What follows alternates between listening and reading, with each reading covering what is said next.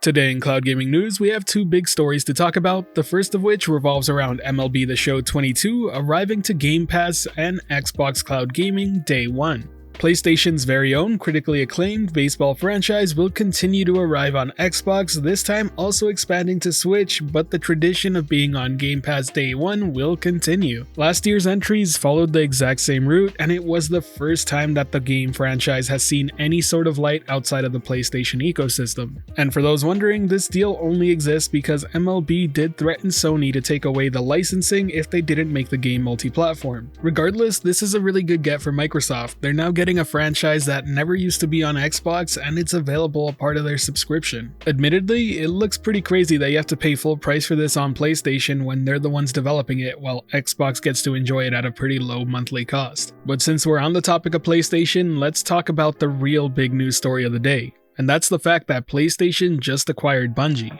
Yes, you heard that right, Sony now owns the creators of Halo. They're the ones currently in charge of the Destiny franchise and have had a new IP in the works for quite some time now. This acquisition costed Sony a total of $3.6 billion, and it came with a few stipulations that are worth mentioning. Destiny 2 will stay on all current platforms and expand to new platforms. Bungie will remain in full creative control and publishing independence of the Destiny universe, and lastly, that every player should have an amazing Destiny experience no matter where you choose to play. And according to GameIndustry.biz reporter Christopher Dring, it does seem like Bungie will continue to bring their future IP to multiple platforms as well. And if that's the case, you may be wondering what exactly Sony paid for here. And to that, well, the simple answer is the IP. Once again, this is about intellectual property. These acquisitions matter because IP is important right now. It may come as a surprise, but Destiny is a huge franchise and it's one of the live service games that's seen success. There's not many of them. PlayStation CEO Jim Ryan stated the following: "Philosophically, this isn't about pulling things into the PlayStation world, this is about building huge and wonderful new worlds together."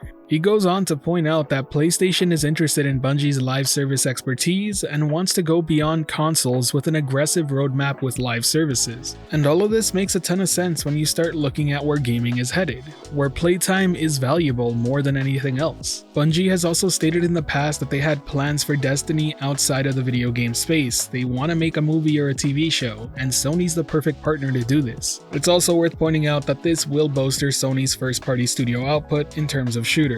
Bungie is easily best in class when it comes to providing a satisfying first-person shooter gameplay setup. Ultimately, I'm not too sure how much this will affect the cloud gaming space. I do know that Destiny 2 is one of the more played games on Stadia, but based on what we've heard, it will continue to get support. Games beyond that, though, do sound like they'll remain multi-platform, but to what extent is really the case we need to find out. Either way, let me know your thoughts on this acquisition. Do you think it's a good or a bad thing, and how do you think it affects the cloud gaming space? I'll have more to say on this in a future video, so stay tuned to the channel for that. Now, if you did enjoy this video, do consider hitting that like button as it really does help the channel out, and if you're wanting more content like this, be sure to subscribe and hit that notification bell as well.